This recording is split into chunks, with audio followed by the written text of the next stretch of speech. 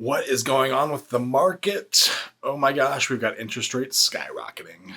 It's Mike Novak from the Novak Real Estate Team, part of Real Brokerage, and today I am bringing you our April market report right here for Snohomish County, hyper-local information. I'm going to share with you the key data points that you need to know as a buyer, as a seller, or just a curious homeowner.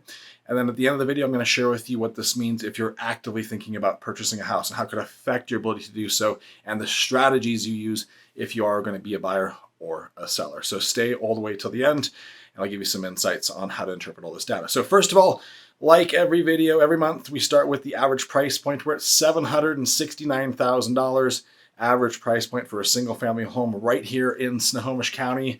Increase of 24% year over year. So still a staggering increase year over year. We haven't seen that drop off at all now for about 7 months. It's been like this super high, in the 20s number. So that it's a huge level of growth and it's causing obvious affordability challenges for buyers right now. Second thing, new listings. They're up 9%. This is a great sign. We're seeing more new listings come on the market, but unfortunately, those homes are selling very fast. Homes for sale are down 27%, which is not as bad as it was a few months ago, but it still just means that as those new homes are coming on, they're selling super fast and they're not sitting on the market. Days on market. How long does it take to sell a home on average after it comes on the market to when they accept an offer? It's right around 5 days right now, which is pretty much just the offer review period. And what that means, the offer review is where the seller lists the property and they wait till a certain date to look at offers. Oftentimes it's right around that 5-day mark. So it would probably be 0 days on market if not for review dates in our market. List price to sale price ratio is the last thing to talk about. 106.7% right now. So it's on average, homes are selling for 6.7% more than what they're listed for right here in Snohomish County. So you're not seeing a lot of list price offers. You're seeing it going and escalating above, just like we've seen for 18 months now, probably. So it's been quite some time since we had a 100% list price to sell price ratio. So the months of supply is one other part to look at. The months of supply just means if no other homes came on the market after today, how long would it take to sell every home that's currently on the market? This is kind of the leading indicator on where prices may go. And right now we're at half a month of inventory, which is historically extremely low. And it's kind of at that number now for about 2 years. So when that number gets up to 5 or 6 month inventory supply of homes, that's when you start to see prices flatten and you have officially a neutral market that's not in favor of the buyer or the seller. It's just right in the middle, what we call neutral. So what does this all mean for you as a buyer? Well, interest rates have gone up significantly. We've seen rates as high as 5.8%, and we have no idea if they're going to go higher or not. They may stay in the 5s. They could go into the 6s. Some people are even forecasting it goes to the 7s. So we just don't know. The Fed has indicated they're going to keep raising the rates, and so we don't know where that's going to end up at.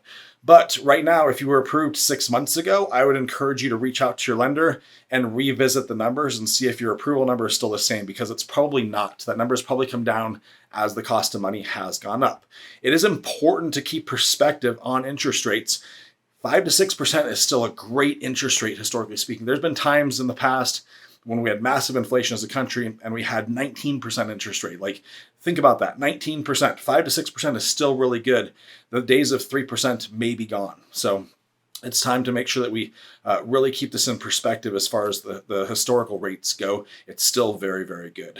So what else do you need to know as a buyer? Well, we're still seeing multiple offers on a lot of properties, but it's very price dependent. So when you get into the really high price points, like $1.5 million plus, there's been a little less competition. When you get into the lower price points, like 800 and under, seeing multiple offers if their home's been priced properly and if it's in a good location still. So still seeing that. I would also plan on the process taking 3 to 6 months from the moment you decide, hey, I want to actually make a move, and sitting down with your agent to go through the strategy and the game plan, getting pre-approved, and then shopping for a home and finally closing on it. It's going to take a while to find the right house just because there's no homes really sitting on the market right now. They sell super fast when they come on, like I alluded to earlier. So you want to give yourself plenty of time for the home touring phase to make sure you don't make a rush decision and you get the right property for you and your family. Buying a home is a huge financial decision, and the last thing you want to do is feel pressured or rushed to get through that process. You want to have time to do it right and be convinced you're buying the right property. So the other thing, How would we know when the market is going to start to shift?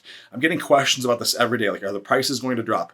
Prices will not drop until the months of inventory supply goes up to about 3 or 4 months, and possibly even higher than that. So you're not going to see prices just drop off. There's too much pent up buyer demand right now in our market for prices to even flatten. So I don't think we're going to keep seeing 20% plus appreciation, but I think we may see that 5 to 10% range. So definitely something to be thinking about.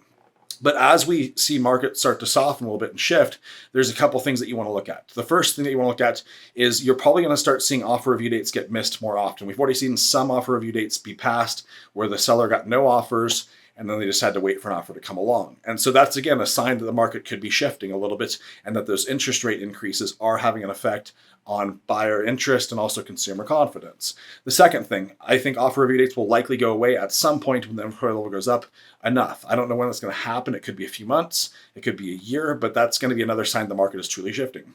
You'll also see inspection contingencies come back. It's been very hard to have an inspection contingency and get your offer accepted in the last year and a half. And I think you're going to start seeing that be more common again, where you can actually buy the home subject to a home inspection contingency. We're already seeing it on a lot of the offers we're putting in for our buyers right now. All of a sudden, we're getting those offers accepted, which is really cool. It's the most responsible way to buy a home. We don't love people waiving inspections. We want you to be able to do your due diligence to make sure you know exactly what you're buying. The other thing, you will likely see the return of contingent buyers at some point. It's not happening yet, but it will as homes start to sit longer. If they start sitting for 14, 20 days, 30 days, sellers are going to be open to accepting a contingent offer because it's better than no offer. So it hasn't happened yet, but I think it's going to start happening in the not so far future. And that's going to make buying and selling at the same time so much easier. So that's what you need to know as a buyer. As a seller, you need to be aware that things are changing fast. You don't really want to choose the price of what you're going to list at until the day or so before you're going to go on the market, because you want to see how much competition is out there. People will shop by comparison. So if it's just your home in the market at that price point and in that area, then they only have one choice. That's good for you as a seller. But when you go to list, if they have 5 or 6 options or 10 options, then all of a sudden there's going to be a lot less interest in your house. And it could be more of an issue where you're not going to get such a high price. You may not get an escalation above the list price. You need to have a real conversation with your listing agent about whether it makes sense to list low with the intent to drive it up, and if that's still going to be a successful strategy as this market starts to shift and soften, or if you should just list it at what the number that is actually worth. The lottery ticket days are gone. You can't just start, putting a home on the market and say, hey, I want this price that's $200,000 over what the comparable support. I really think that's a thing of the past at this point with the interest rate changes and with the consumer confidence challenges. As a seller, you should always price your home based on what the comparable homes support. You don't want to be the person that sets the new comp for the neighborhood, because that means that you could have appraisal issues, and it also means that your house may sit for an extended period of time before a buyer sees the value of putting an offer in on it. So if you've got questions about any of this information, I know this is a lot to take in, but there's so much going on right now that you need to know. I want you to reach out to me. I'm going to put my phone number up on the screen. Feel free to text me there. I will respond to you myself. It's Mike Novak from the Novak team.